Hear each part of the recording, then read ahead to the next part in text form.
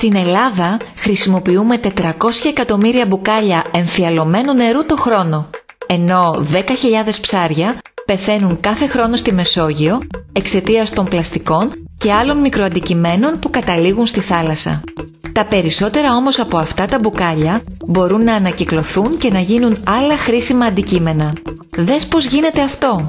Συγκεντρώνονται τα πλαστικά μπουκάλια στους μπλε κάδους, διαχωρίζονται από άλλα πλαστικά που μπορούν επίσης να ανακυκλωθούν, όπως πλαστικές συσκευασίες και σεδάκια γιαουρτιού, πλαστικές καρέκλες, τελάρα και άλλα, καθαρίζονται, διαχωρίζονται ανάλογα με το χρώμα τους, μπλε, διάφανο, πράσινο, διάφορα, χρησιμοποιώντας υπέρυθρες ακτινοβολίες, σπάνε σε μικρά κομμάτια, λιώνουν και παίρνουν τη μορφή σβόλων.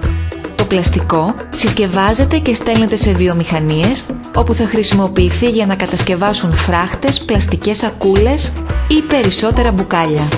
Πάρε και εσύ μέρος στο πρόγραμμα ανακύκλωσης που ξεκίνησε στην πόλη μας από το Δήμο Χίου και την εταιρεία ανακύκλωσης Οικόπολης. Η ανακύκλωση είναι στοιχείο πολιτισμού. Μάθετε περισσότερα για τη διαδικασία της ανακύκλωσης στο www.hiocity.gr.